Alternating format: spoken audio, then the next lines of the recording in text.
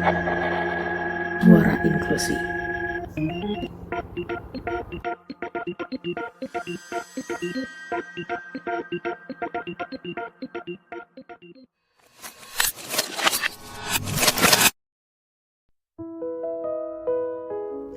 Kini, kita hidup di dunia yang serba cepat. Apa-apa lewat layar, pesan, informasi, hingga layanan publik semua turut tergerus oleh digitalisasi ini. Namun, di balik segenap kemudahan ini, ada satu pertanyaan yang kerap sekali diabaikan.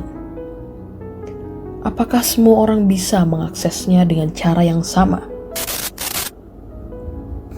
Coba kita lihat ke belakang.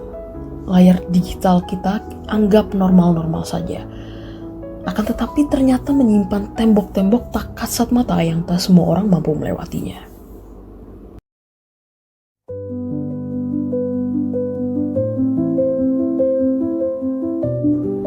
Digitalisasi layanan publik terus berkembang, dari pendidikan, kesehatan hingga administrasi negara.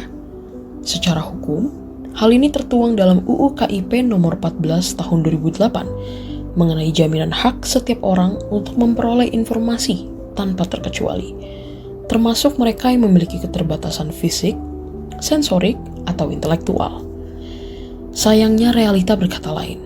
Riset Nurhayati dan Kardi menemukan sebagian besar situs pemerintah belum memenuhi standar Web Content Accessibility Guidelines.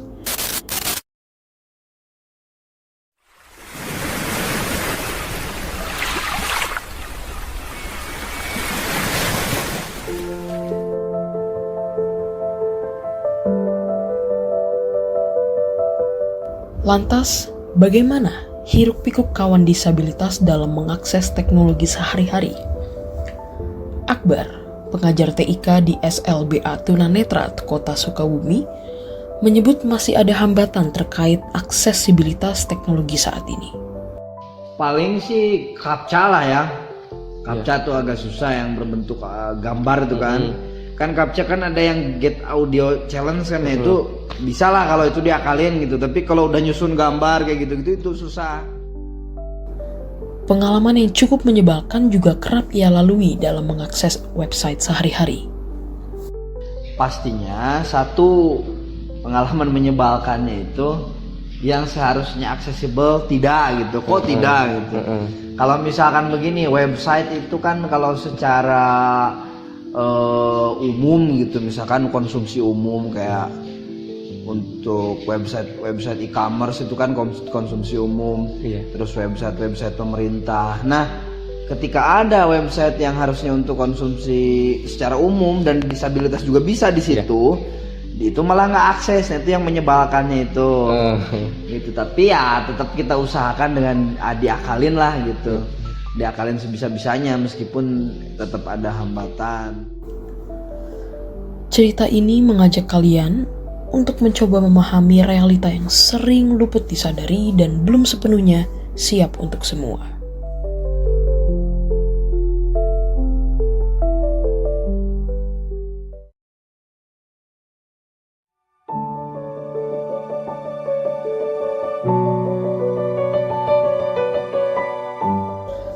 Dalam konteks pendidikan, bukan hanya kebijakan saja yang dipikirkan, melainkan kesiapan sumber daya manusia yang seharusnya dipikirkan sejak tahap perencanaan.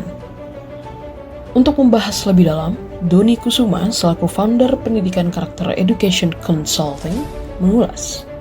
Tetapi yang menjadi masalah itu selalu adalah kesiapan sumber daya manusia.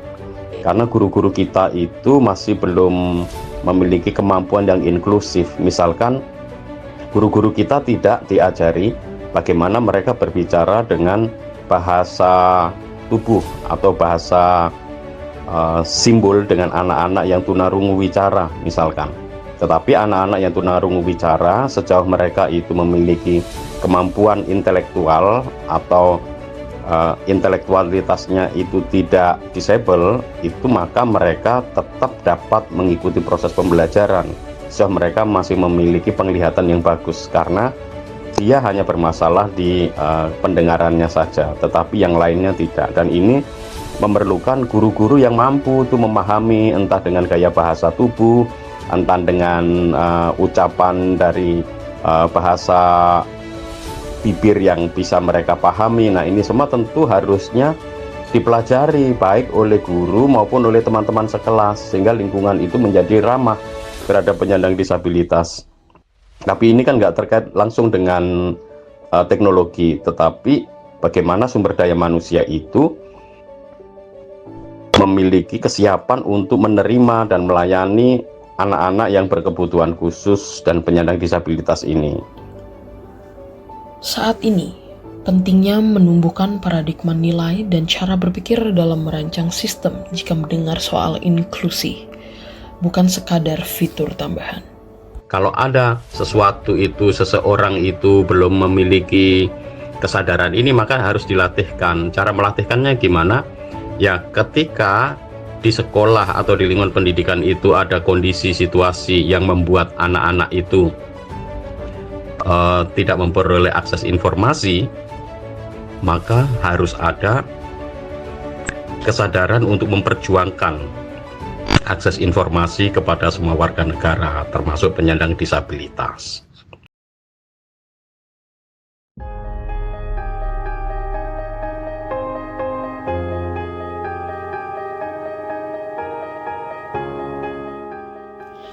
Dalam membentuk kesadaran inklusi, anak muda punya peran penting.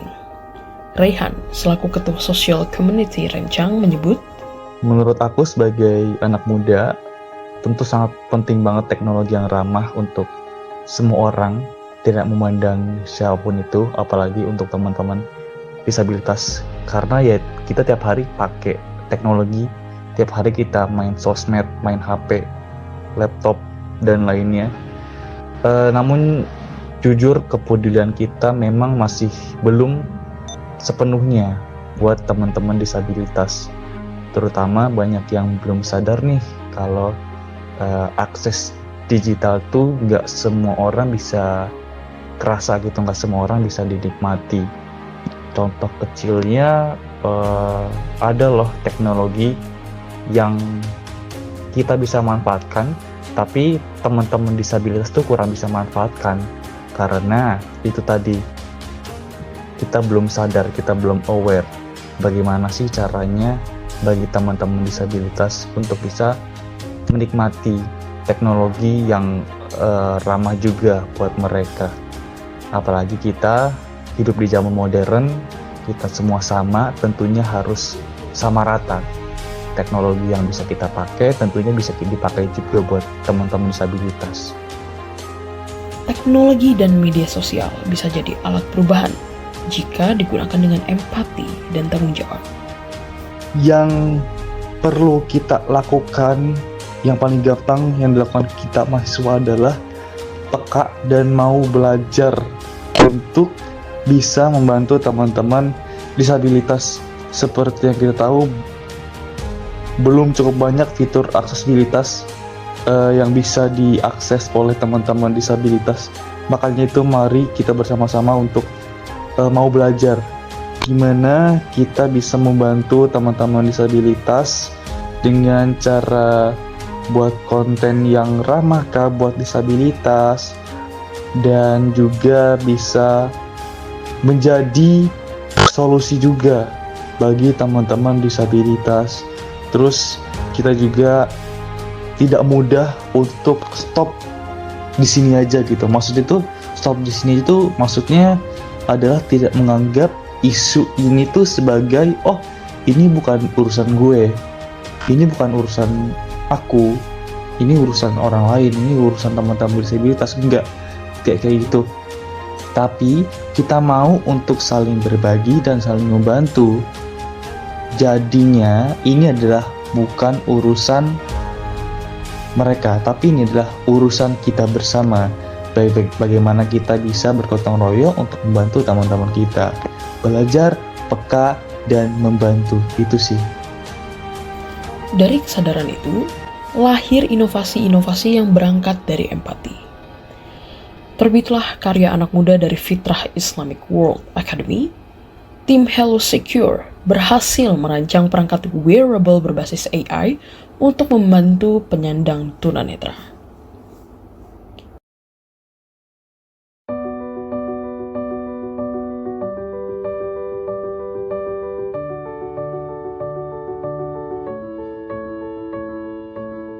Sebelumnya saya Dede izin menjawab sejauh ini. Mungkin kalau misalnya kita flashback lagi ya ke belakang, kita dari kita masing-masing jujur punya pengalaman sendiri gitu.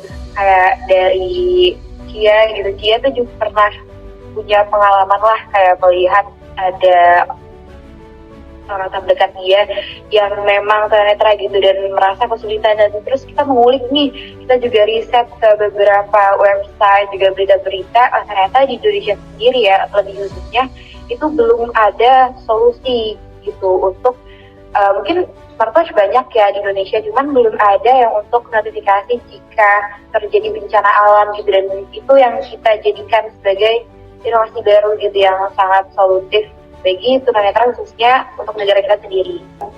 Biar nggak khusus untuk penyandang nggak khusus untuk orang-orang yang ya selain penyandang disabilitas aja yang bisa merasakan smartwatch yang ada notifikasinya, tapi memang kita buat khusus untuk penyandang disabilitas. Bukan untuk disebut pahlawan, melainkan karena teknologi memang seharusnya dirancang untuk semuanya.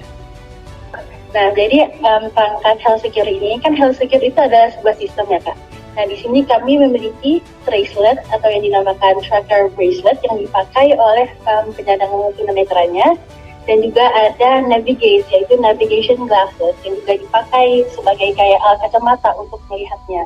Nah, dua perangkat ini mereka tuh terkonek dengan integrasi AI dan juga bisa dikonek dengan orang yang memegang aplikasi, yaitu orang tua, perawat, atau siapapun yang mengurus mereka. Nah, di sini cara kerjanya, misal contoh kalau terjadi bencana alam atau apa. Nah, biasanya orang tunanetra cenderung memiliki kekurangan untuk susah untuk mendeteksi. Nah, di sini mereka memiliki fitur untuk kayak ada vibrate atau notification kepada orang tunanetra agar mereka bisa tahu. Nah, selain untuk mereka diri sendiri, ini juga pastinya akan diinfokan kepada keluarga, jadi mereka aware dan tahu informasi kayak, oh ternyata si ini lagi di sini, kita perlu segera menyerbu bantuan dan semacamnya. Kita bisa paham apa yang sebelumnya tuh kita nggak paham, sampai kira kita tukar pikiran gitu ya, ngebangun satu pikiran jadi sebuah ide yang besar. Jadi sebenarnya itu perlu banget nih keyakinan dan kepercayaan kalau misalnya niat kita tuh awalnya bukan cuma di kompetisi gitu, melainkan emang untuk membantu penyandang disabilitas gitu, untuk mengembangkan apa yang sebelumnya tuh belum terselesaikan gitu, khususnya ya di Indonesia ini gitu kan belum ada. Jadi dengan adanya inovasi baru ini kita ingin membantu gitu.